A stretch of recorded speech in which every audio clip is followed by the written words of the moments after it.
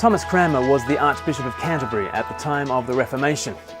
Perhaps his most famous work was the Book of Common Prayer, still used by millions around the world. And perhaps the most famous prayer of the whole prayer book is this one known as the Prayer of Humble Access. It's the prayer that you say just before receiving communion, the Lord's Supper. You say, "We do not presume to come to this thy table, merciful Lord, trusting in our own righteousness, but in thy manifold and great mercies. We are not worthy so much as to gather up the crumbs under thy table, but thou art the same Lord, whose property is always to have mercy." It's probably my favourite prayer in all the prayer book. Jesus here is portrayed as the friend of sinners, really, because communion is having a meal with the friend of sinners. So then, as we come to communion, the last thing we should claim is our worthiness. We are welcome. We're not worthy, but we are welcome. And so as we come, it's not our own righteousness that qualifies us for Jesus. We have no righteousness of our own. Communion is God's soup kitchen, and we are beggars. All we can rely on is His mercy. So as Cranmer wrote this prayer, I imagine that he had been reading Matthew chapter 15 and the story of the Canaanite woman. Surely this story is the inspiration for his famous line, "Gathering up the crumbs under thy table." Let me set the scene. Jesus in Matthew 15 has withdrawn from Israel and from public ministry for a few days. He had been in Jerusalem. Now his disciples he and the disciples are in the vicinity of Tyre, a city with notorious connotations in Scripture. In Ezekiel 28, the king of Tyre is described as the devil himself. Jesus has therefore gone from Jerusalem, the city of God, to Tyre, the city of Satan. But the great irony of Matthew 15 is that in the first 20 verses, we read about the diabolical uncleanness of heart of the citizens of Jerusalem. And now from verse 21, Jesus is in the region of Tyre and he meets people of great faith. Matthew 15 from verse 21. Leaving that place, Jesus withdrew to the region of Tyre and Sidon. A Canaanite woman from that vicinity came to him, crying out, "Lord, Son of David, have mercy on me. My daughter is suffering terribly from demon possession." Jesus did not answer a word, so his disciples came to him and urged him, "Send her away, for she keeps crying out after us." He answered, "I was sent only to the lost sheep of Israel." The woman came and knelt before him. "Lord, help me," she said. Jesus replied, "It is not right to take the children's bread and toss it to their dogs." "Yes, Lord," she said, "but even the dogs eat the crumbs that fall from their master's table." Then Jesus answered, "Woman, you have great faith. Your request is granted," and her daughter was healed from that hour. In Jerusalem, the city of God, Jesus encounters great uncleanness. In Tyre, the city of Satan, he encounters great faith. What does this great faith look like? A sermon by Jason Gorency puts it wonderfully. He says, "This woman came to him, trusted in his promises, stretched out her hands and held them there until Jesus filled them." That's great faith. Coming to Jesus with nothing but expecting everything. But perhaps you've got a question. Perhaps you're asking yourself, well, why did Jesus make her wait so long?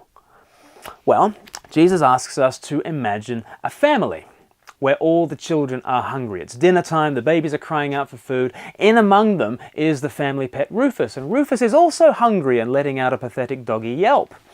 And Jesus is saying, look, no self-respecting parent would come across this situation and feed the dog first. There is an order to things. First let the children be fed, then the dogs. Okay? And in this illustration, the children are the Jews, the dogs are the non-Jews, the Gentiles, and the bread is Jesus himself. Now, if we think that the analogy is insulting to the Gentiles, just think how much more insulting it is to Jesus. At least dogs are sentient beings. Jesus is representing himself as a foodstuff. But of course, that's pressing the details too far. Jesus is not saying that Gentiles are like dogs in every sense, only in a tiny little limited sense. In the same way, Jesus is not like a loaf of bread in very many senses, is he? we mustn't press the details too far.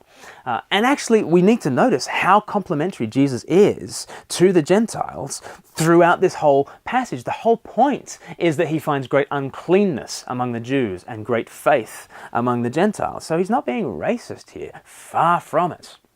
The household analogy that is making just this limited point. The children get the bread first, and the Jews get Jesus first. That's the way that God has set things up. The eternal Son of God was born as a Jew. His mission between the stable in Bethlehem and the cross in Jerusalem was a mission to the Jews. Then, after he rises from the dead, then he says, go into all the world.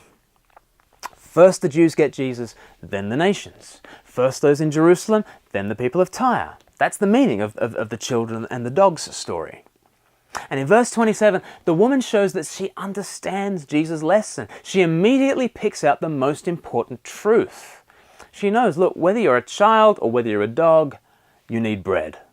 You just need bread. Essentially, the woman blurts out, just give me crumbs, Jesus, whatever I can get. She knows that Jesus is the solution to all her problems, and all she wants is just a crumb. If she can just get a morsel of Jesus, she'll be happy. Essentially, she says this, put me second, Jesus. Put me second. I don't mind. Feed your people first. That's okay. I know I'm outside the people of God. I know I don't have any claim on you, Jesus. I do not presume to come to this your table, merciful Lord, trusting in my own righteousness, but only in your manifold and great mercies. That's what she's saying. She's saying, I might be second. Okay, then give me seconds. The scraps from your table are greater than the feasts of the emperors. If all I get is a crumb, Jesus, that's all I need, because you are the bread of life. How's Jesus going to respond to that? Well, verse 28, Jesus says, woman, you have great faith. Your request is granted. And her daughter is healed from that moment on. She stretches out her hands and holds them there until Jesus fills them, and he fills them to overflowing. He doesn't just give her crumbs, but he feeds her immeasurably, her and her whole household. It is his property always to have mercy. What about you? Does Jesus seem like he's withholding from you? Does it feel like you're one of the dogs and all the children are getting their bread, and where's yours? Where's yours? Does it feel like his grace is for other people and he never comes around to you? Press in closer.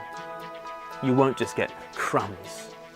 The bread is freely given to you too.